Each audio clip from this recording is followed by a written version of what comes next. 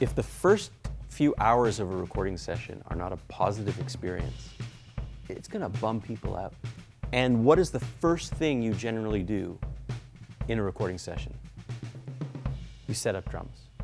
I cannot stress how important getting a good drum sound and getting a good drum sound quickly is for the momentum of a session. If you struggle with that and if it takes you hours and the results aren't pleasing to the band, they feel like they've wasted money. And so because it's that important, I feel like more people should focus on those chops, the chops that are needed to record drums. Drums have been recorded now for about 90 years. And in those 90 years, there's been waves of aesthetics of how they sound. You think about drums from the late 60s, really roomy. In the mid 70s, they sounded very dry, very dead. Very little room, a lot of close miking. The sound of drums in the 80s is so vastly different from the sound of drums in the 70s. In the 90s, there was this tendency to trigger drums, so they would replace the natural sounds with artificial sounds. And that sort of comes and goes, the aesthetics of drums. I'm trying to think what would have been groundbreaking in the past 30 or 40 years in drums. Well, drum machines. In the late 70s with hip hop, into the 80s, into the early 90s, what was pushing the boundary of drumming was artificial.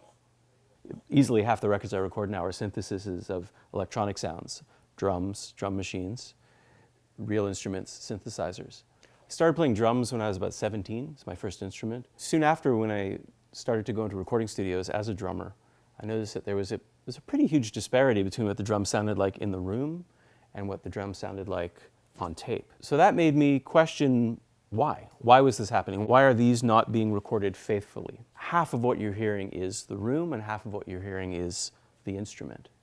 A guitar, most guitars are close mic'd. Vocals, most vocals are close mic'd and some ambience is added later. Bass, sometimes bass isn't even mic'd, it's DI'd, direct. But drums are loud and they resonate in a room. Very quickly I realized the missing component in a lot of those recordings was the sound of the room. Recording drums is interesting. Like a piano, it's a single instrument. You'd never record every string individually on a piano. Yet we take a drum kit and we record every element of the drum kit. A piano won't sound correct unless you record it overhead a little bit and then in the room, because the piano fills the room with sound. Drums are the same thing. They fill a room with sound.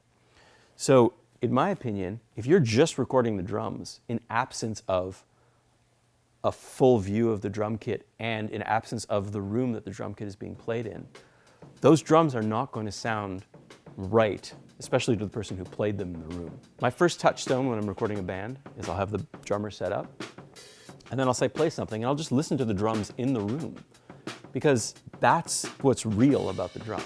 Your benchmark is, I'm 10 feet away from these drums, this is what the drums sound like. And it's not to say that you have to record drums exactly like they sound in the room, but that's your point of departure. If I choose to alter how they sound, if I choose to focus on the close mics as opposed to the room, or the room as opposed to the close mics, that's an aesthetic choice. But it starts with the drums in the room.